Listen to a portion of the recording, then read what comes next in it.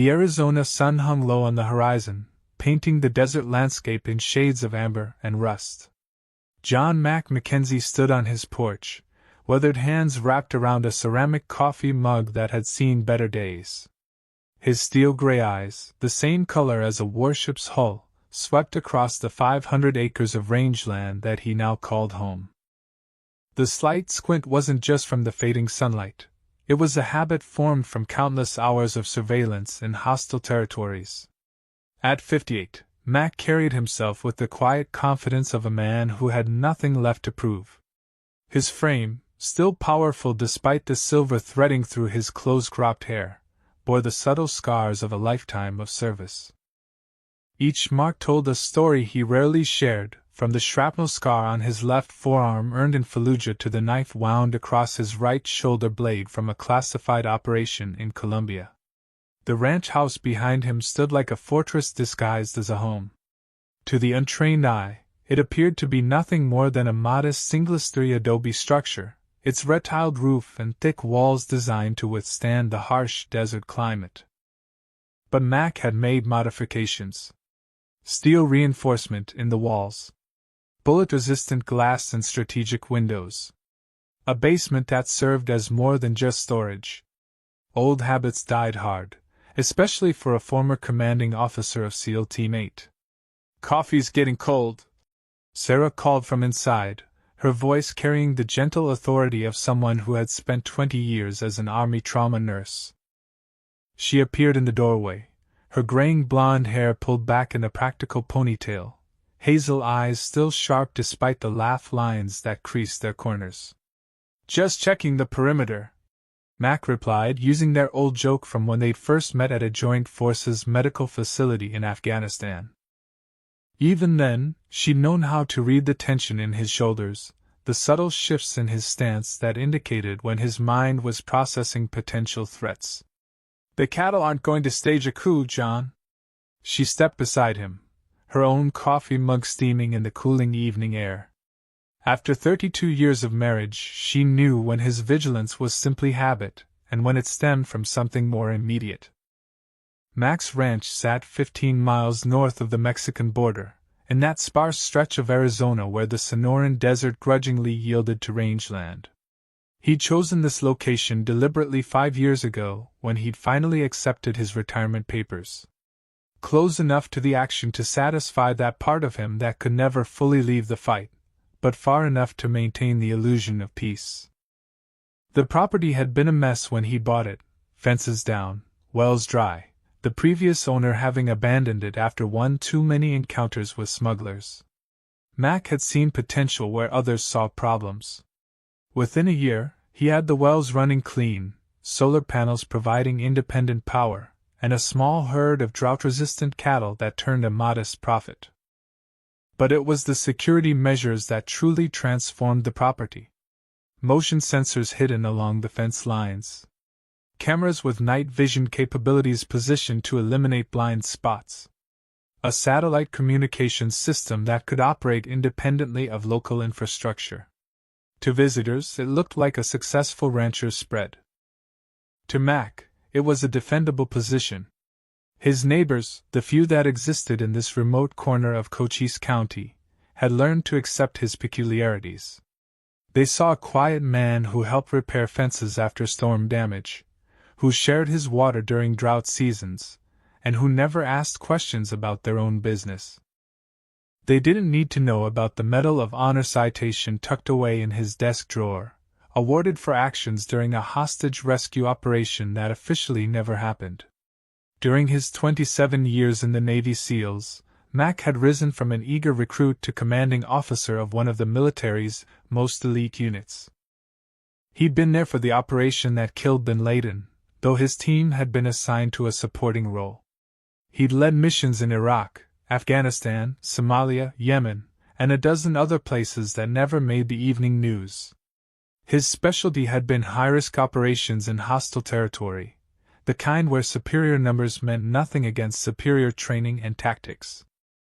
"Remember when the kids visited last month?" Sarah's question pulled him from his thoughts. "Rebecca said she's never seen you so relaxed." Their daughter, now a pediatrician in Phoenix, had indeed commented on the change in her father. Their son, Michael, a Marine captain stationed at Pendleton, had noticed it too. But Mac knew his children still saw glimpses of the warrior beneath the rancher's facade, in the way he automatically positioned himself with clear sight lines to all entrances, how he insisted on driving when they went to town, the subtle tension that never quite left his shoulders. The sun finally dipped below the horizon, and the desert began its rapid cooling. In the distance, a coyote howled, quickly answered by others. Mac's trained ear automatically triangulated their positions, a pack, maybe 6 or 7, hunting about 2 miles southeast. Just as automatically, he noted the absence of the usual nighthawks that frequented the large mesquite tree near the barn. Small details, probably meaningless, but the kind his mind never stopped processing. "Intel reports are getting worse," Mac said quietly, finally addressing what had been occupying his thoughts. His contacts, former teammates, border patrol agents, local law enforcement, had been feeding him information about increased cartel activity in the region. The Sinaloa cartel was fighting with Los Zetas for control of this corridor, and both groups were getting bolder, more desperate. "I know," Sarah replied. As a former Army nurse who'd served in combat zones, she understood operational security. She'd been reading the same signs, seeing the same patterns. Unfamiliar vehicles on the county road. Helicopter activity at odd hours. The sheriff's department suddenly very interested in updating their emergency contact information. Max set his empty mug on the porch railing and unconsciously performed a brass check on the Sig Sauer P226 he always carried, even here on his own property. The familiar weight of the weapon, the same model he'd carried through countless operations, provided its usual comfort. "They're using Route 80 more frequently," he continued. "Border Patrol intercepted 3 loads last week within 10 miles of here. They're going to need alternate routes soon." Sarah nodded. They both knew what that meant. Their ranch, with its remote location and proximity to the border, would be an attractive option for smugglers looking for new paths. The cartels had been known to make offers to property owners along the border, silver or lead, cooperation or consequences. Inside the house, past the comfortable living room with its Navajo rugs and leather furniture, was Mac's study. Maps covered one wall, topographical, satellite imagery, hand-drawn tactical overlays. A gun safe stood in the corner, containing not just hunting rifles but the kind of hardware that raised eyebrows at gun shows. On his desk, next to photos of his children and grandchildren, sat an encrypted satellite phone and a laptop with military-grade security software. The ranch might look like a retirement project, but Mac had approached it like any other mission. He'd studied the terrain until he knew every wash, every ridge, every potential ambush site. He'd established observation posts on the high ground, cached supplies at strategic locations, and developed multiple escape routes. His neighbors thought he was just thorough. Sarah knew he was preparing for war. "The Hendersons mentioned seeing tire tracks on their south pasture," Sarah said, referring to the elderly couple whose property bordered theirs. "Jim thought it might be kids four-wheeling." "Jim's half-blind and optimistic," Mac replied. "Those weren't ATV tracks. He'd examined them himself yesterday. Heavy vehicles, multiple sets, moving in convoy formation. The kind of sign that made his old instincts flare to life. The transition from elite warrior to gentleman rancher hadn't been as smooth as Mac let others believe. The first year had been the hardest, his body and mind still operating at the tempo of constant deployments. He'd wake at 0400 out of habit, conduct PT that left him exhausted, then spend hours walking the property, looking for threats that weren't there. It had taken time to accept that not every unexpected sound was enemy movement, not every unfamiliar face was a potential hostile. But now, it seemed, the war he'd left behind was finding its way to his doorstep. The cartels operated like insurgent forces, decentralized, adaptive, utterly ruthless. They used the same tactics he'd fought against in Iraq and Afghanistan: intimidation, coercion, violence.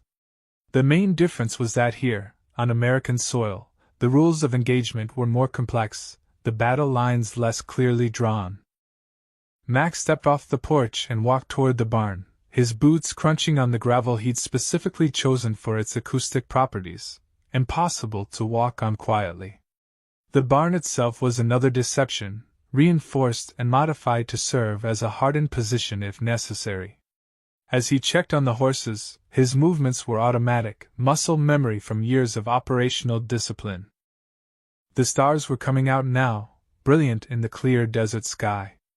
Mac had learned to navigate by these same constellations during long-range reconnaissance missions, had taught junior SEALs how to find their way home when GPS failed.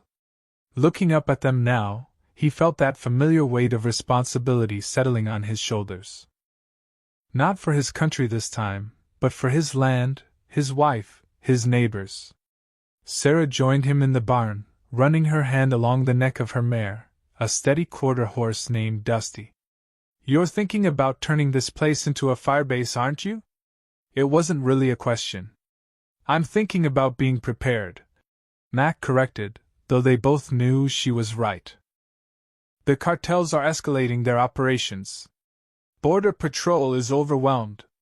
Local law enforcement doesn't have the resources or training to handle what's coming. And you do." Again, not a question. Sarah had patched up enough operators to know exactly what kind of capabilities her husband possessed. She'd seen him take raw recruits and forge them into warriors, had watched him plan operations that succeeded against impossible odds. "I've got some advantages," Mac admitted. He thought about the network of veterans in the area, former Rangers, Marines, even a few other SEALs who'd chosen this harsh landscape for their own reasons. Men and women who'd answered the call before and would do so again if needed. "But I'd rather avoid a fight altogether." They walked back to the house as the last light faded from the sky. The temperature had dropped 20 degrees already, and would fall another 20 before dawn. Mac automatical. Y scanned the horizon one last time before going inside, noting the position of vehicles on the distant highway, the glow of lights from the Border Patrol station 12 miles south. Inside, as Sarah prepared dinner, Mac sat at his desk and opened his laptop. The encrypted connection established quickly, and soon he was reading situation reports from contacts throughout the region. The intelligence painted a troubling picture: increased violence in Sonora, power struggles within the cartel leadership, desperate men making desperate decisions. One message caught his attention. It was from Ray Martinez, a former Delta operator now working with DA in Tucson. "Heads up, Mac. Intercepted chatter about your sector. Cartel scouting new routes. Your AO is on their list. Watch your 6. Mac typed a quick acknowledgement and closed the laptop. He walked to the window, looking out at his land bathed in moonlight. Somewhere out there, probably closer than he'd like, scouts were likely assessing his property, calculating risks and rewards, deciding whether an old rancher and his wife were obstacles worth removing. They had no idea who they were dealing with. Mac had spent a career becoming one of the most lethal men on the planet, had led operations that existed only in classified files, had trained hundreds of operators in the art of warfare. Now, in what should have been his peaceful retirement, it seemed he might need to draw on those skills once more. He checked the security monitors one last time before bed, each camera showing quiet desert scenes. But Mac knew, as surely as he knew his own name, that this quiet wouldn't last. The storm was coming. The only questions were when it would break, and how many would be foolish enough to test themselves against a man who had defined himself in the crucible of combat. As he turned off the lights and headed to bed, Mac allowed himself a grim smile. The cartels thought they were predators, fierce and feared. They were about to learn what it meant to threaten someone who had hunted far more dangerous prey in far more hostile environments. Let them come, he thought. I've been preparing for this my whole life. 3 weeks before the siege, Mac discovered the first signs of intrusion while checking his southern fence line at dawn. The cut wires weren't random vandalism.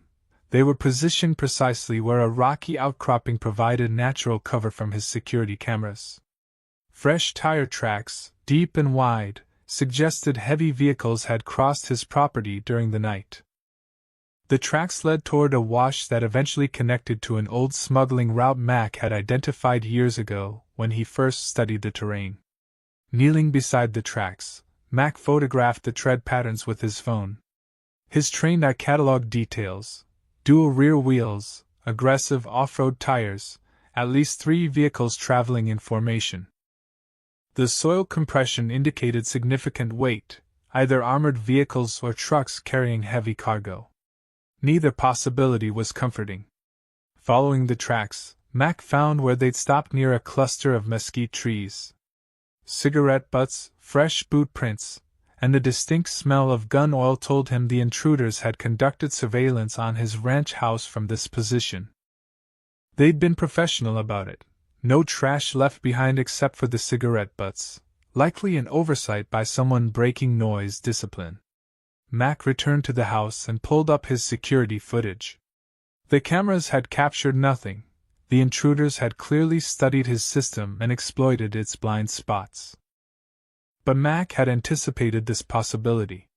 Hidden trail cameras, positioned to cover the areas his main system missed, had captured something interesting: 2 men in tactical gear, faces covered, carrying what appeared to be electronic surveillance equipment.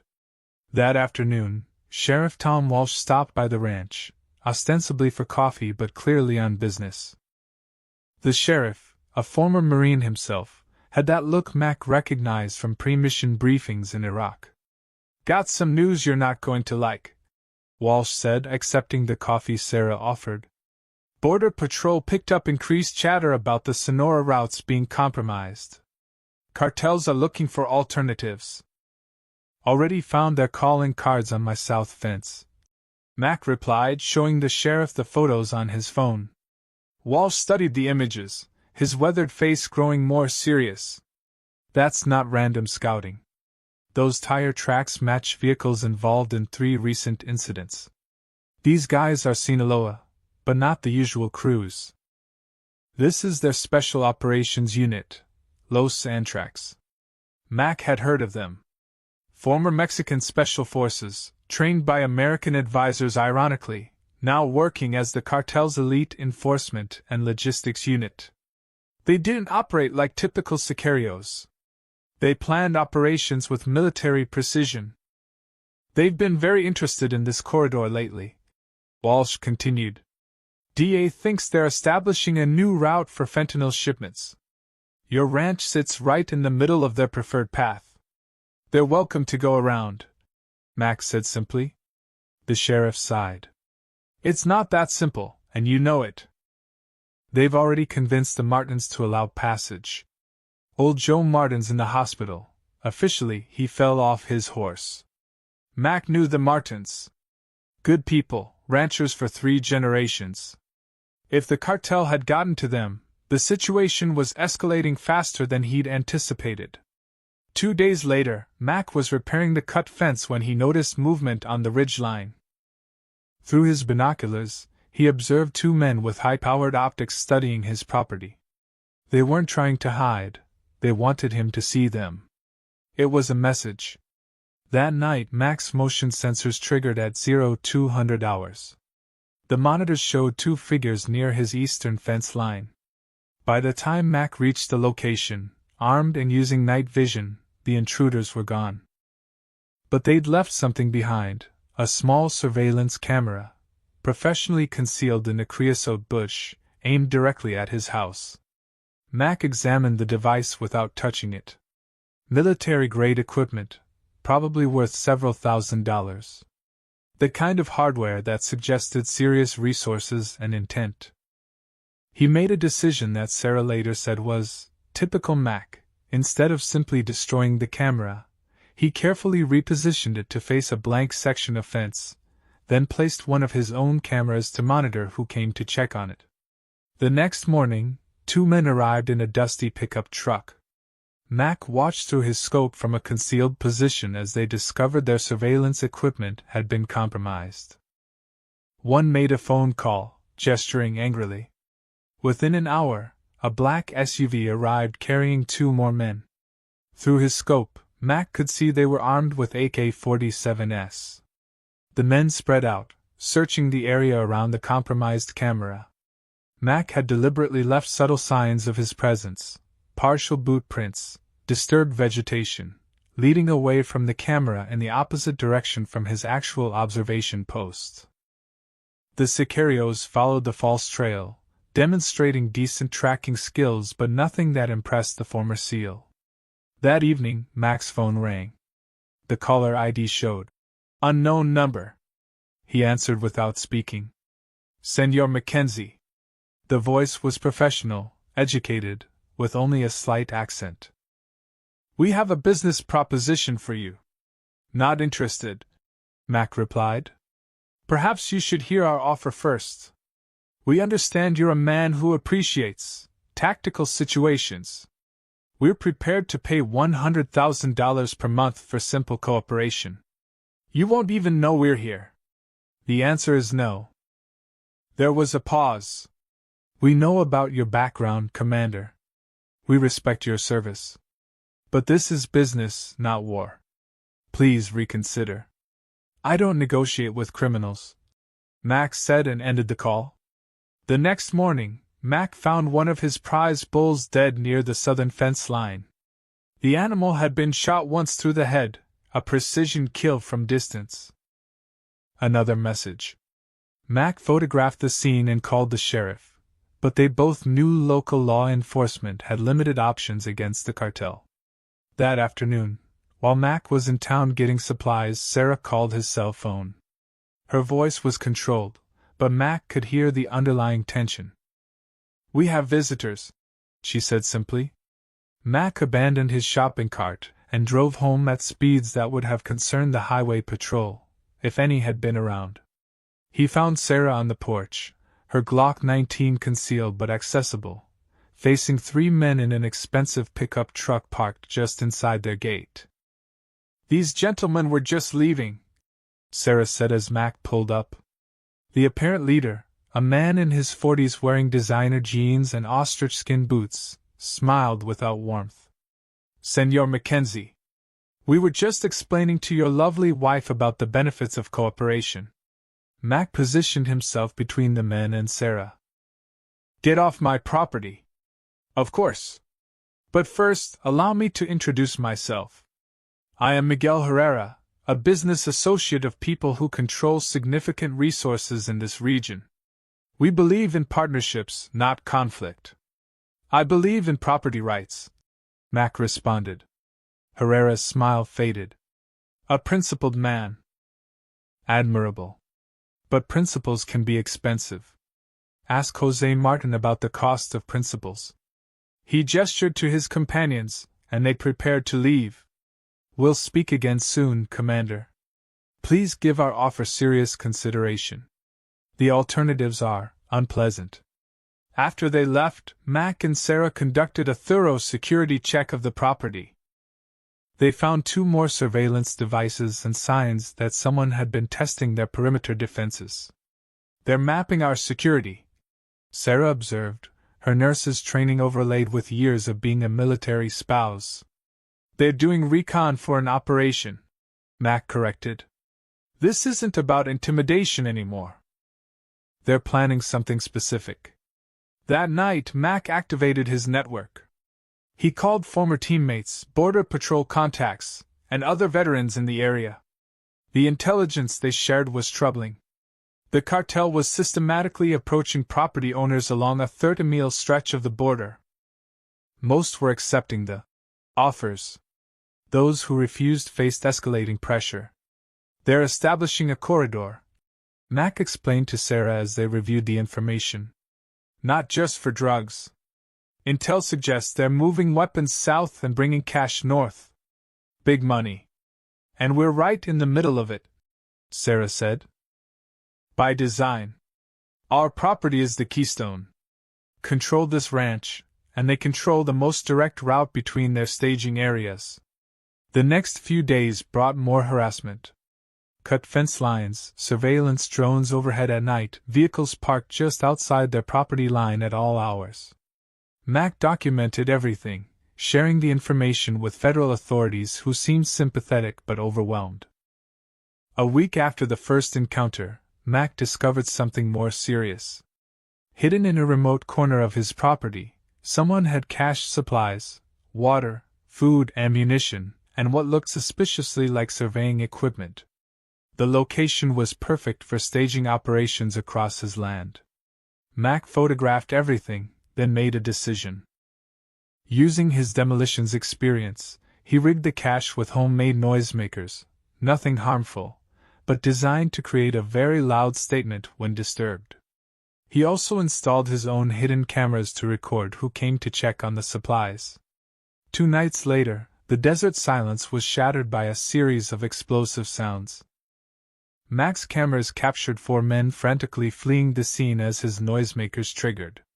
The message was clear: he knew they were there, and he wouldn't tolerate staging operations on his land. The response came the next morning. Mac found a note attached to his front gate. "Last chance, Commander. Silver or lead. You have 48 hours." Mac showed the note to Sarah. They both understood the ultimatum: accept the money or face violence. It was the same choice the cartels had given to thousands of others along the border. "What's our play?" Sarah asked, though she already knew her husband's answer. "We prepare for contact," Mac said. "They're going to test our defenses. When we push back, they'll escalate. It's their tactical doctrine." Mac spent the next 36 hours transforming his ranch from a defensive position into what military planners called an active defense zone.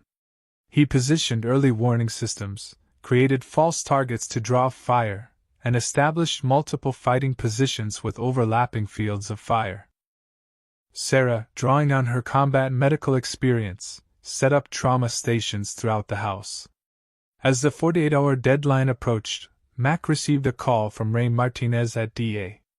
"Mac, we've got intel on a significant movement heading your way.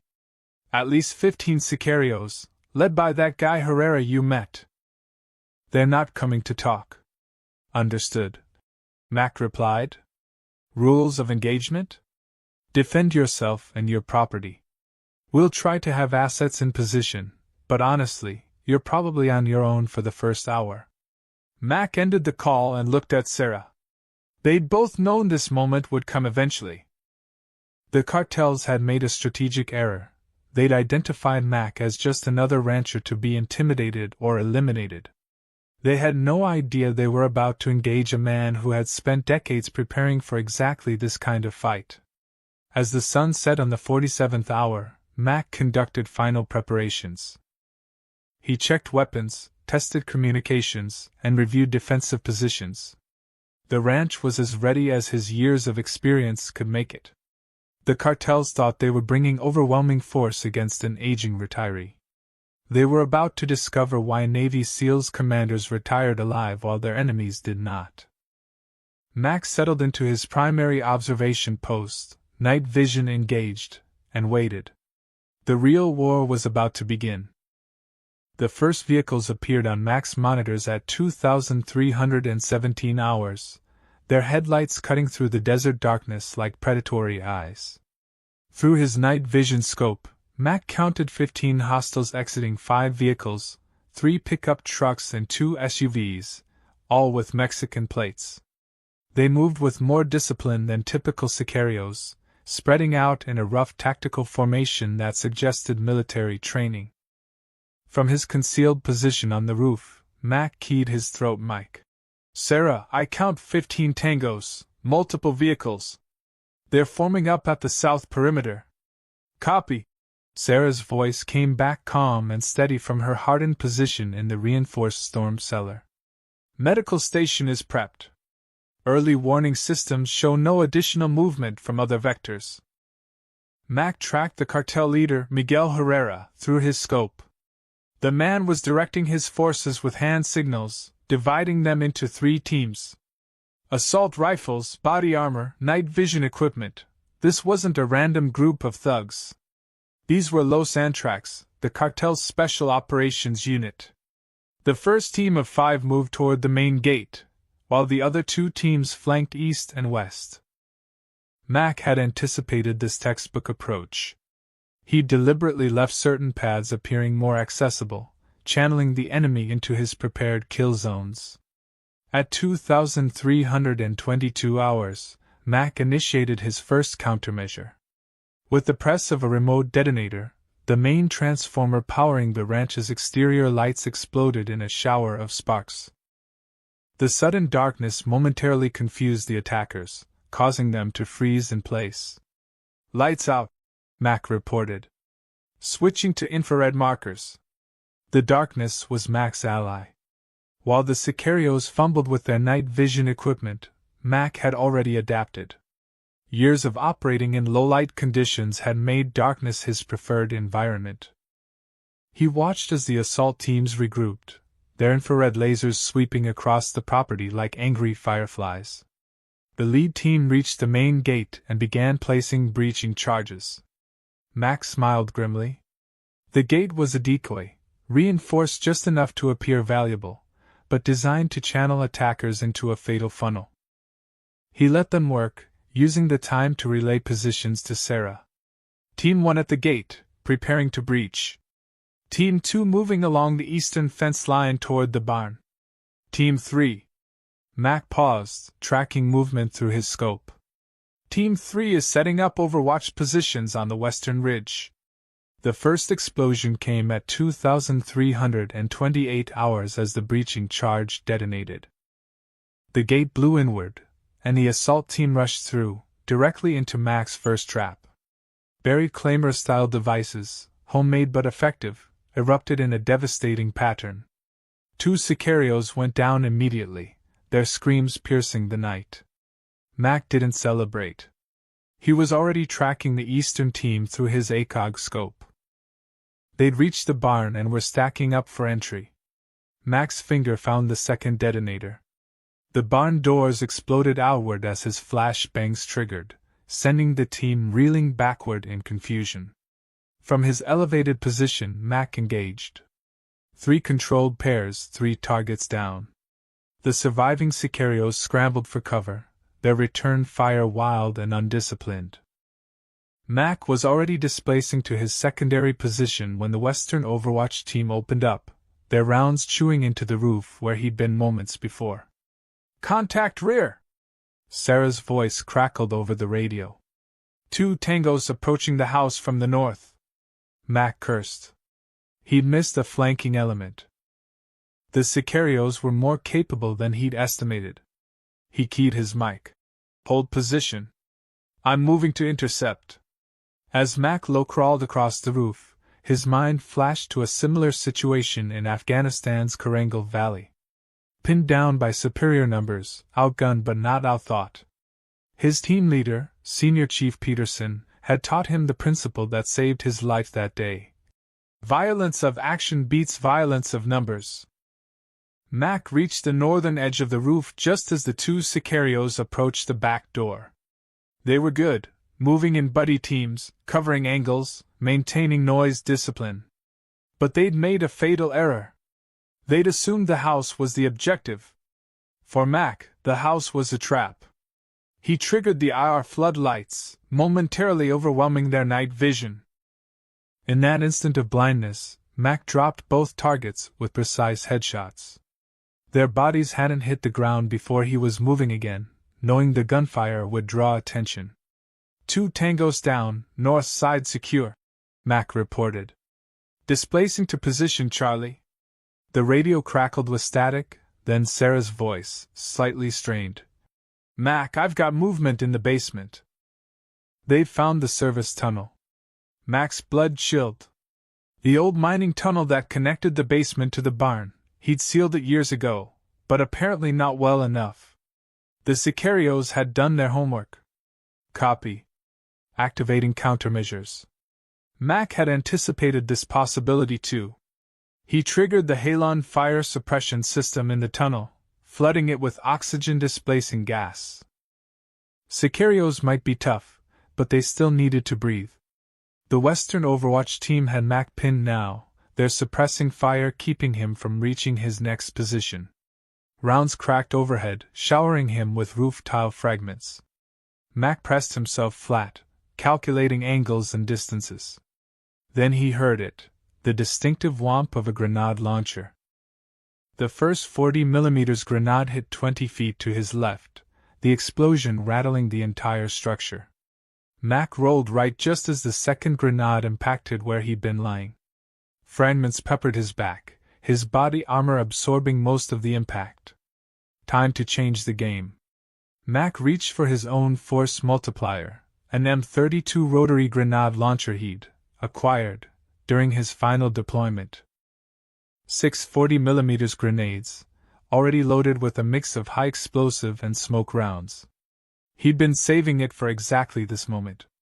Rising to a crouch, Mac put 2 He rounds into the western ridge where the Overwatch team was positioned. The explosions lit up the night, followed by screams and scattered return fire. He followed up with 2 smoke rounds, creating a thick screen between his position and the remaining Sicarios. "Sarah, I'm going offensive. Lock down the house." "Negative, Mac. You're outnumbered and, trust me."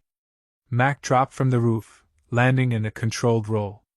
His body protested. He wasn't 25 anymore, but muscle memory carried him forward. Using the smoke for concealment, he flanked the eastern team that had regrouped near the barn. They never saw him coming. Mac emerged from the smoke like a specter, his suppressed 18mm Quachas carbine spitting controlled pairs. 3 Sicarios dropped before the others could react. The survivors scattered, firing blindly into the smoke.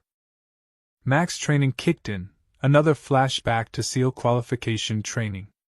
Speed, surprise, and violence of action. His instructors had drilled it into him until it became instinct. He moved through the smoke like it wasn't there, tracking targets by sound and muzzle flashes.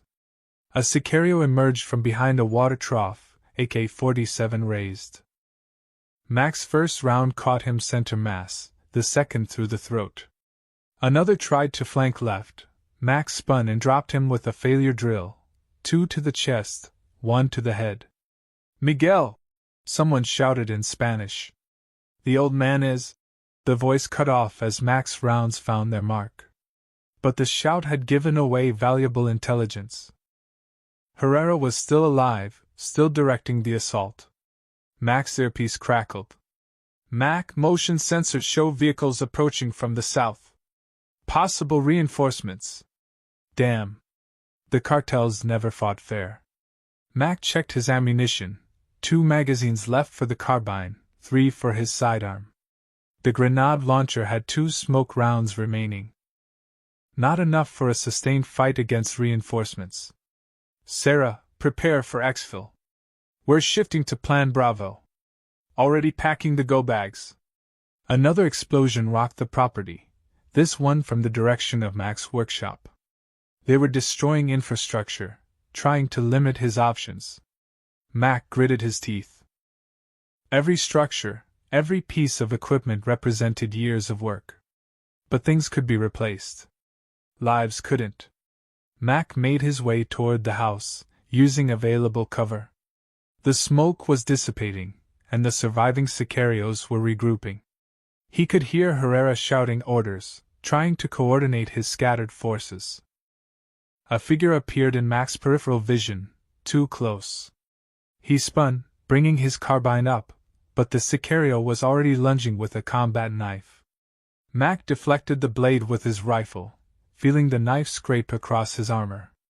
They grappled, the Sicario surprisingly strong and skilled. Mac's mind flashed to close-quarters combat training in Coronado. When you can't create distance, create damage. He drove his knee into the Sicario's groin, then brought his elbow down on the back of his neck. The man crumpled. Breathing hard, Mac continued toward the house. His tactical radio clicked twice, Sarah's signal that she was ready to move. But as Mac reached the back porch, he saw something that made his blood run cold. Herrera stood 20 yards away, holding a RPG-7 rocket launcher. Their eyes met across the distance. Herrera smiled. "Nowhere to run, Commander." Mac dove sideways as Herrera fired. The rocket-propelled grenade streaked past, impacting the wall behind him. The explosion threw Mac forward, debris raining down. His ears rang, vision blurred. Through the smoke and dust, he saw Herrera's men closing in. This was it. The moment every warrior secretly wondered about. Would his training, his experience, his will to survive be enough when facing overwhelming odds? Mac struggled to his feet, blood trickling from a cut above his eye. His carbine was gone, lost in the explosion. He drew his Sig Sauer, the familiar weight comforting in his hand. 9 rounds. 5 targets that he could see, more certainly coming. Herrera was reloading the RPG, his men forming a semicircle around Mac's position. They thought they had him. They thought the explosion had broken the old SEAL's spirit. They were wrong. Mac's vision cleared, his hearing returned. Time seemed to slow. This was the moment he'd trained for, fought for, lived for. Not the violence itself, but the clarity it brought. The absolute focus when everything else fell away. He raised his pistol, years of muscle memory guiding his aim. The first round caught the nearest Sicario between the eyes. Mac was already shifting to the next target before the body hit the ground. 2 rounds center mass, dropping another attacker. Return fire erupted, rounds snapping past Mac's head. He moved laterally, using the porch pillars for cover. Another Sicario down. 6 rounds left. Herrera finished reloading, bringing the RPG back to his shoulder. Mac had a split second to decide. Engage the immediate threats or stop the RPG? No choice at all. Mac's pistol barked twice. The first round hit the RPG tube, the second caught Herrera in the shoulder. The cartel leader spun, dropping the weapon. The remaining Sicarios hesitated, their leader down. In that moment of confusion, Mac heard the sweetest sound in the world, the distant thump of helicopter rotors. Multiple aircraft, approaching fast. "Federal agents! Drop your weapons!" The voice boomed from speakers as searchlights stabbed down from the sky. Black Hawks, Mac recognized.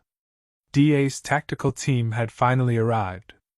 The remaining Sicarios scattered like roaches, some dropping their weapons, others running for their vehicles.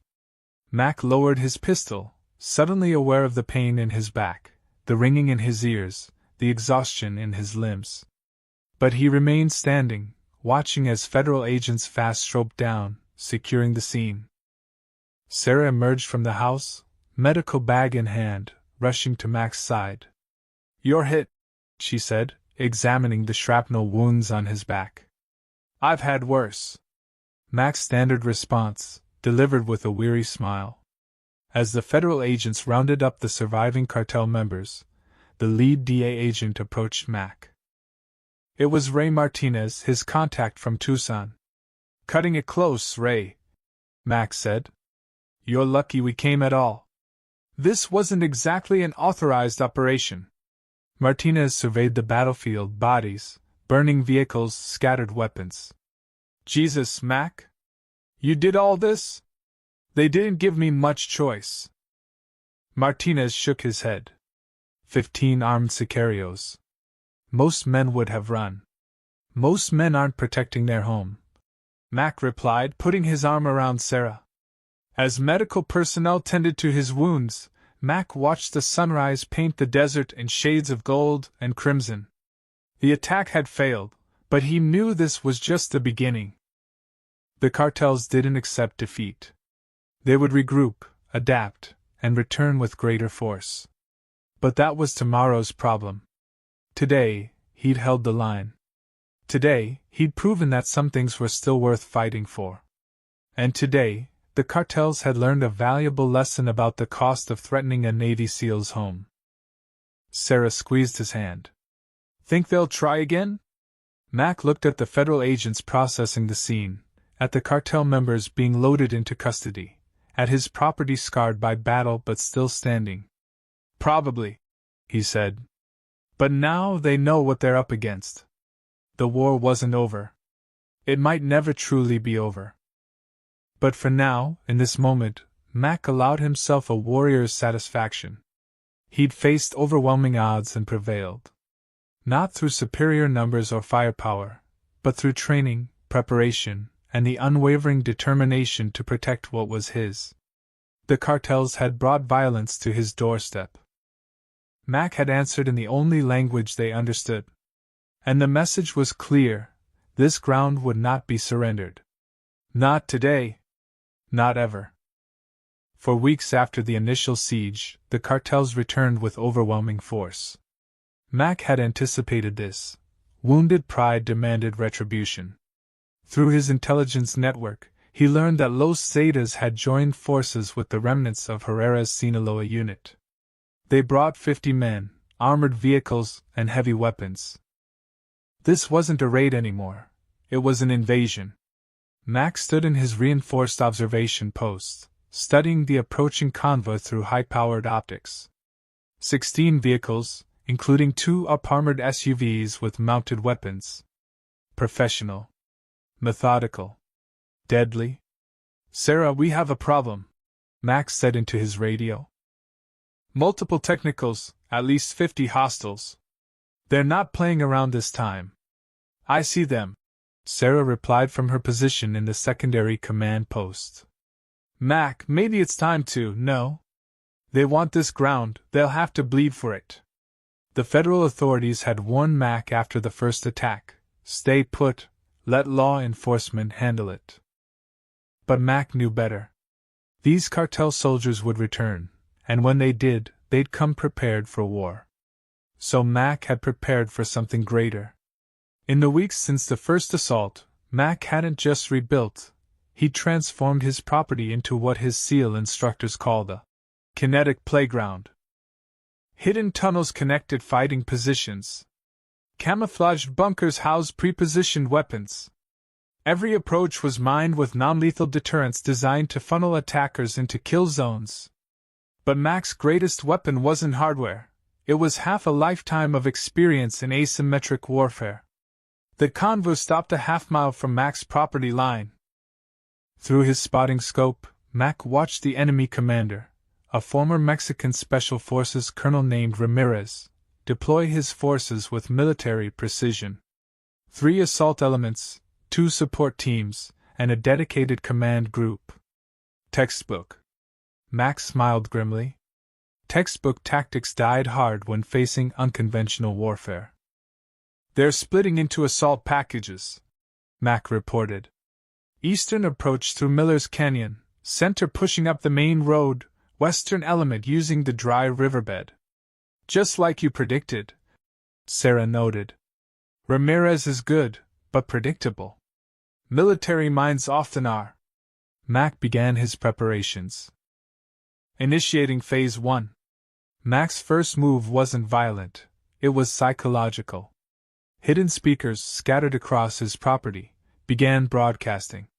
Not music or propaganda, but the recorded sounds of multiple helicopters approaching. The audio was perfect, captured during a joint exercise years ago. Through his scope, Mac watched confusion ripple through the cartel ranks. Sicarios looked skyward, some taking cover. Ramirez was shouting into his radio, demanding confirmation from his scouts. The hesitation lasted only minutes, but in combat minutes were lifetimes. Mac triggered his second surprise. Smoke grenades launched from concealed positions, creating a wall of dense white smoke along his entire southern perimeter. But this wasn't ordinary smoke. Mac had mixed in capsaicin powder. As the cloud drifted south on the evening breeze, he could see attackers beginning to cough and tear up. Eastern element is in position, Sarah reported. Copy. Stand by for fireworks. The Eastern assault team had entered Miller's Canyon, exactly where Mac wanted them. During his property survey years ago, Mac had noted how the canyon's acoustics created natural amplification. He'd spent weeks placing charges along the canyon walls, not to kill, but to terrify. Mac triggered the detonations in sequence. Explosions thundered through the canyon, the sound magnified tenfold by the natural amphitheater. Rocks and debris rained down, though Mac had calculated the charges to avoid causing real harm. The psychological effect was devastating. The Eastern team broke and ran. Eastern element retreating in disorder, Mac reported with satisfaction. But Ramirez was adapting. The center group accelerated their advance while the Western team provided covering fire. These weren't street thugs. They were trained soldiers executing Furian maneuver tactics. Mac shifted positions, moving through one of his tunnels to emerge in a different fighting position. His new spot gave him clear fields of fire over the approaching center element. The lead vehicle, an up-armored truck, pushed through Mac's outer gate. The driver probably felt confident behind bulletproof glass and steel plating. Mac put a .50 caliber round through the engine block. The truck died instantly, blocking the gate and trapping the vehicles behind it. Return fire erupted from multiple positions. Mac's fortified position absorbed dozens of rounds as he calmly selected targets. 20 years of combat had taught him to find peace in chaos. While his enemies sprayed ammunition wildly, Mac placed precise shots. One round, one target. A Sicario tried to flank left. Mac tracked him through his scope, young, maybe 25, carrying an AK-47. The kid was checking his surroundings like they'd taught him in training, but he made a fatal error. He looked everywhere except up. Mac's shot caught him center mass from an elevated position. The radio crackled. Mac, Western element is trying to breach the barn. They've got demolition charges. Let them. Building's empty anyway. Mac had anticipated this too. The barn was bait, reinforced just enough to seem important. Inside, he'd placed more of his special smoke generators and flash bangs on remote triggers. Let them waste resources breaching an empty structure. But Ramirez wasn't falling for all of Mac's tricks. The cartel commander had identified Mac's primary firing position and was directing concentrated fire. Rounds cracked overhead, chewing into Mac's reinforced barriers. Time to relocate. Mac triggered smoke charges to cover his movement, then displaced through another tunnel. He emerged behind a false rock outcropping 400 meters from his previous position. His enemies were still shooting at empty space. Through his rifle scope, Mac could see Ramirez directing operations from behind an armored SUV. The former colonel was good, maintaining command presence while keeping himself protected. Mac noted the radio operator beside him, the security detail maintaining 360-degree coverage. Professional. Mac considered taking the shot but decided against it. Killing Ramirez now might scatter the attack, but it wouldn't end the threat. Mac needed to break their will completely. The barn exploded as the Western team breached it. Mac waited for them to rush inside, then triggered his surprises. Flash bangs and smoke generators activated in sequence, turning the barn into a choking, disorienting hell. Men stumbled out, retching and blind. Sarah, initiate the water feature. With pleasure. Mac had diverted an irrigation canal to create what looked like a defensive moat around his core compound. But the real purpose wasn't defense, it was deception. Hidden pumps began spraying diesel fuel onto the water's surface. Mac fired a flare. The moat erupted in flames, creating a spectacular firewall that ringed his position. The psychological impact was immediate. Cartel fighters pulled back, intimidated by the wall of fire. They didn't realize the fuel would burn out in minutes. But Ramirez saw through it. He rallied his men, pointing out that the fire was already diminishing. That's when Mac unveiled his masterstroke. For weeks, Mac had been planting small charges throughout the surrounding desert, not explosives, but specialized noisemakers. Triggered in sequence, they created the illusion of incoming artillery fire. The desert floor erupted with harmless but terrifying explosions, complete with the distinctive whistle of incoming rounds. "Artillery!" someone screamed in Spanish. The cartel forces broke. Men abandoned positions, running for vehicles. Even Ramirez's disciplined security detail wavered. Mac had created the perfect illusion of overwhelming firepower. But Ramirez himself stood firm. Through his scope, Mac watched the cartel commander grab a radio from his panicking operator. The man had steel in his spine. Mac had to respect that. "Stand fast," Ramirez commanded. "It's a trick. There's no artillery." Some fighters stopped retreating, but most continued fleeing. Ramirez was losing control of his army. Mac decided it was time to end this. He triggered his final surprise. Hidden speakers began broadcasting on the cartel's own radio frequency. But instead of threats or demands, Mac played recordings he'd made of cartel communications from the first attack. Specifically, the panicked calls for help as federal forces arrived. The remaining fighters heard their own comrades describing American helicopters, federal agents, certain death. The last threads of unit cohesion snapped. Mac watched through his scope as Ramirez realized he'd lost. The colonel stood alone except for 2 bodyguards. His army had evaporated like morning mist. In the distance, Mac could hear actual sirens, local and federal law enforcement responding to reports of explosions. Mac emerged from his position and walked toward Ramirez. No weapon raised, no tactical movement. Just a warrior approaching another warrior for parley. Ramirez saw him coming and ordered his remaining men to lower their weapons. The 2 commanders met in the middle of Mac's property, surrounded by the aftermath of psychological warfare. "Impressive," Ramirez said in accented English. "The artillery simulation, was it all recordings?" "Noisemakers and time charges," Mac admitted. "Warfare is 90% mental. You could have killed many of my men. Why didn't you?" "I'm not interested in body counts. I just want to be left alone." Ramirez nodded slowly. "You were Special Forces." "Navy SEALs?" "Team 8. I was GAFE, Mexican Special Forces. Before the cartels recruited me." Ramirez looked around at his scattered forces. "In my country, sometimes there are no good choices. There are always choices. We just don't always like them." The sound of approaching helicopters became real now. Federal agents were inbound, probably 20 minutes out.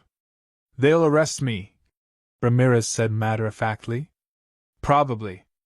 Or you could disappear. Start over somewhere." Ramirez considered this. "Why offer me mercy?" "Because you remind me of myself, 20 years ago. Still believing that violence solves problems." Mac gestured at the battlefield. "All this? It doesn't end anything. Tomorrow there will be another cartel, another commander, another assault. Then why fight? Because some things are worth defending. But defense doesn't require destruction." Ramirez extended his hand. Mac shook it. "I'll tell them you're untouchable," Ramirez said. "Your tactical genius will become legend among the cartels. They'll mark your territory as forbidden. I appreciate that." The cartel commander walked away, collecting his remaining men. Within minutes, the invading force had vanished into the desert, leaving behind abandoned vehicles and scattered equipment. Sarah emerged from her position and joined Mac. "Think he'll keep his word?" "Probably. Warriors respect warriors." The federal helicopters arrived right on schedule, disgorging agents who seemed disappointed to find the battle already over. Mac gave them an abbreviated report: armed invasion repelled, no casualties, suspects fled toward Mexico. As the sun set over Mac's property, he surveyed his handiwork. Smoke rising from controlled burns, abandoned vehicles scattered like discarded toys, but no blood soaking into the desert sand. He'd won without killing, defeated an army through intelligence rather than ammunition. "You know they'll be back eventually," Sarah said. "Maybe. But word will spread. The cartels like easy targets, not properties defended by ghosts who can summon artillery from thin air." Mac put his arm around his wife and watched the desert return to peace. He'd spent a lifetime mastering the art of war, but tonight he'd proven something more important, that the highest form of victory was winning without fighting. The cartels would tell stories about this night. How an old American warrior had defeated 50 men using smoke and mirrors, transforming his ranch into an impassable fortress. The legend would grow with each telling until Mac's property became mythical, a place where armies vanished and warriors fled from shadows. And that was exactly what Mac wanted. Because the strongest fortress wasn't built of walls and weapons, but of reputation and fear. Tonight, a former Navy SEAL had reminded the world why America's Special Operations Forces were considered the most dangerous warriors on Earth, not because they were the most violent, but because they were the smartest. As the last federal helicopter lifted off, Mac allowed himself a moment of satisfaction. He defended his home, protected his wife, and sent a message that would echo through the cartel underworld for years to come. This ground was not for sale, not for rent, and definitely not for taking. Some battles were won with bullets, others with brilliance. Mac had chosen the latter and written a masterpiece in psychological warfare that would be studied, discussed, and ultimately respected by warriors on both sides of the law. The war wasn't over, it never truly was. But sometimes, winning meant making the enemy decide the battle wasn't worth fighting. Tonight, Mac had achieved exactly that. Dawn broke over the Arizona desert, painting the scarred landscape in hues of gold and crimson. Mac stood on his porch, coffee in hand, surveying the aftermath of what the media was calling the Ghost Battle of Cochise County. Federal cleanup crews had removed the abandoned vehicles, but evidence of the confrontation remained, scorched earth where the fire mote had burned, scattered equipment half buried in sand, and bullet scars on his reinforced barriers. Sheriff Walsh's pickup rolled up the drive, followed by 2 news vans that Mac had reluctantly agreed to accommodate.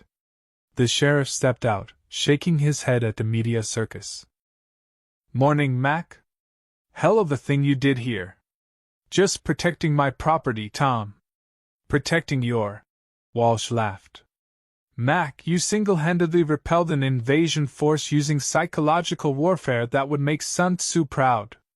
DA's calling it the most sophisticated civilian defense operation they've ever seen." The reporters were setting up now, their cameras capturing brawl of Mac's property.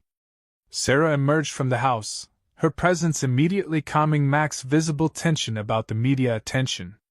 "They're just doing their jobs," she murmured. "And people need to hear this story." The first reporter, a young woman from Phoenix, approached with her cameraman. "Mr. Mackenzie, how does it feel to be called a hero?" Mac's jaw tightened. "I'm not a hero. Heroes are the men and women still serving overseas. I'm just a rancher who refused to be pushed around. But your tactical brilliance was born from necessity, not glory," Mac interrupted gently. "When criminals threaten your home, you either submit or resist." "I chose resistance." The interview continued for 20 minutes, Mac carefully deflecting praise while emphasizing broader themes of community resilience and the rule of law. He refused to discuss specific tactics, knowing that publicity could compromise future operations. After the media departed, Mac's neighbors began arriving. Jim Henderson, whose property bordered Mac's to the east, approached with obvious reverence. "Mac, I owe you an apology," the elderly rancher said. "When you first moved here, I thought you were paranoid with all your security measures. Now I see you weren't preparing for what might happen, you were preparing for what would happen." "We all have our areas of expertise, Jim. Yours is raising cattle. Mine happens to be tactical operations. Word of Mac's victory spread quickly through the veterans' network. By afternoon, his phone was ringing constantly. Former teammates, Rangers he'd worked with in Iraq, Marines from cross-service operations. They all said the same thing. About time someone stood up to these bastards. Ray Martinez from DA arrived that evening with a thick folder and a bottle of good scotch.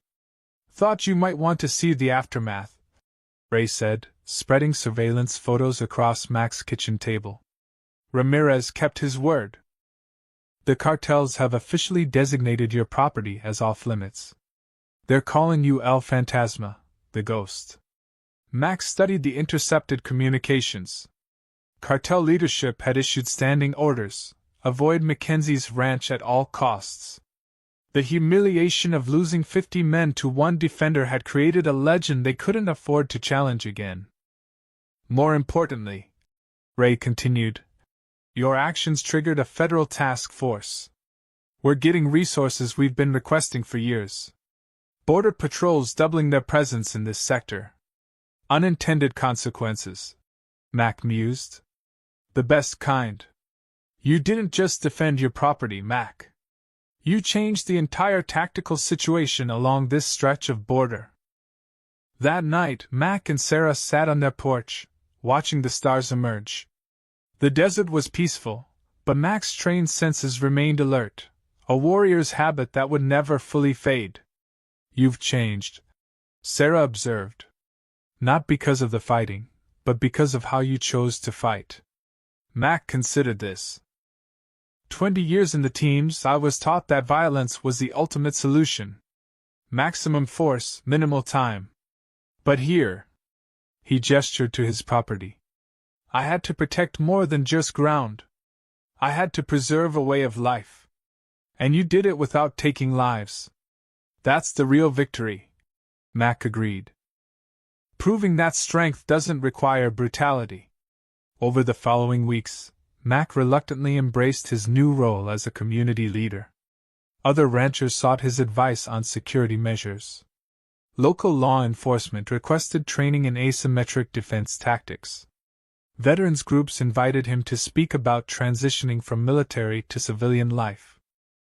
The transformation was subtle but profound.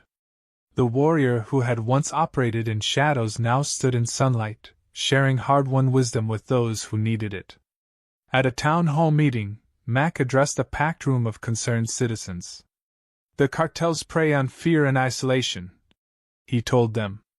They want us to feel alone, vulnerable. But look around this room. We're not alone. We're a community.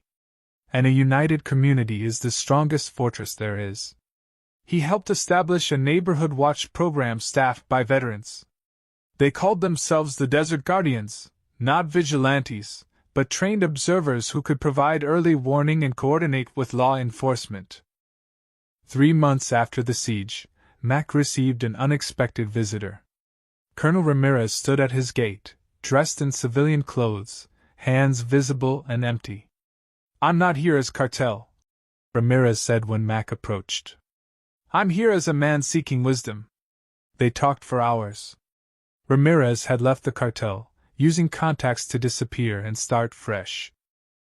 He was considering working with Mexican authorities to combat cartel influence. You showed me something that night, Ramirez admitted. That winning doesn't always mean destroying your enemy. Sometimes it means helping them find a better path. Warriors understand warriors, Mac replied. We've both seen too much death. Maybe it's time we used our skills to preserve life instead. As his first year of newfound purpose drew to a close, Mac reflected on the transformation, not just his own, but his community's. Property crimes had dropped 60%. Cartel activity had shifted to other regions. Local youth were joining junior ROTC programs, inspired by stories of the ghost of Cochise County. The DA designated Mac's property as a training site for rural defense operations. Federal agents came to study his innovations in non-lethal area denial. Military analysts wrote papers on his application of psychological warfare principles to civilian scenarios. But Mac's greatest satisfaction came from smaller victories. The Martinez family, who had nearly abandoned their ranch under cartel pressure, decided to stay. Young veterans found purpose in the Desert Guardians program. Sarah's community garden project flourished, bringing neighbors together in peace rather than crisis. One evening, as Mac conducted his habitual perimeter check, he realized something had shifted within him. The hypervigilance remained, but it no longer stemmed from fear or trauma. Instead, it grew from a sense of stewardship, a guardian's duty to protect what mattered. Sarah found him standing at the spot where he'd faced down 50 cartel soldiers with nothing but ingenuity and determination. "Regrets?" she asked. "None. For the first time since I left the teams, I feel like I'm exactly where I'm supposed to be." The transformation was complete. The warrior had become a guardian. The lone wolf had become a community shepherd. And the ghost that haunted cartel nightmares had become a beacon of hope for law-abiding citizens. As the sun set behind the mountains, Mac knew that his greatest battle hadn't been against the cartels, it had been within himself. The question of how to remain a warrior in a peaceful world had finally been answered, by using those skills to ensure others could live without fear. The desert wind carried the sound of children playing at the Henderson Ranch next door. Where once there had been silence born of fear, now there was laughter. Where cartels had seen weakness to exploit, they now saw strength they dared not test. Mac had written a new chapter in the ongoing story of the American frontier. Not with bullets or bloodshed, but with wisdom, courage, and an unshakable commitment to the principle that evil triumphs only when good people do nothing. And Mac Mackenzie had done something extraordinary. 6 months after the siege, Mac's ranch had become a symbol of American resilience. The cartels had shifted their operations far from Cochise County, unwilling to test the ghost territory again. Federal prosecutors successfully convicted 17 cartel members captured during the operation, sending a clear message about consequences. Mac stood with Sarah at their property line, watching a Border Patrol helicopter conduct routine surveillance. The pilot dipped his aircraft in salute as he passed, a gesture of respect that had become common among law enforcement in the region. "Heard from Ray Martinez this morning," Mac said. "Cartel communications still list our property as forbidden territory. They're calling it La Zona del Fantasma, the ghost zone." Sarah smiled. "My husband, the legend. Better a legend than a target."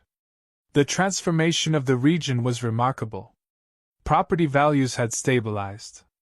New families were moving in, drawn by stories of a community that had stood together against criminal intimidation.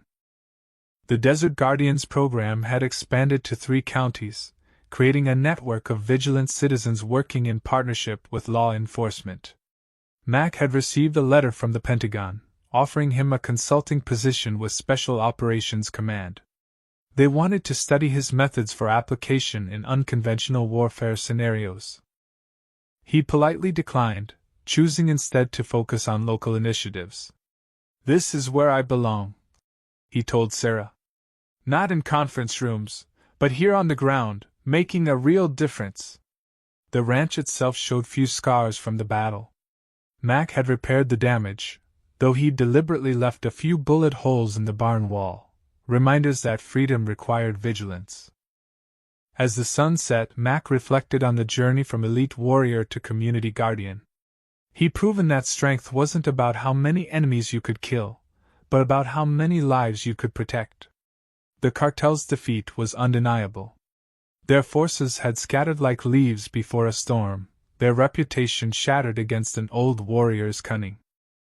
Though some questioned the extent of Mac's actions, wondering if the psychological warfare had been excessive, most celebrated the powerful message sent: America does not bow to intimidation. Mac, humble yet firm, quietly stepped back from the limelight, continuing his duties without fanfare, steadfast in moral clarity. His story stands as a testament to an enduring American truth, that genuine strength lies not in aggression but in preparedness, resolve, and the unwavering commitment to justice and liberty for all. What do you think about this incredible stand? Do you believe strength alone guarantees justice, or does real power lie in partnership, strategy, and bravery? Share your perspective in the comments below. Don't forget to subscribe for more gripping real-life stories of courage in the face of overwhelming odds.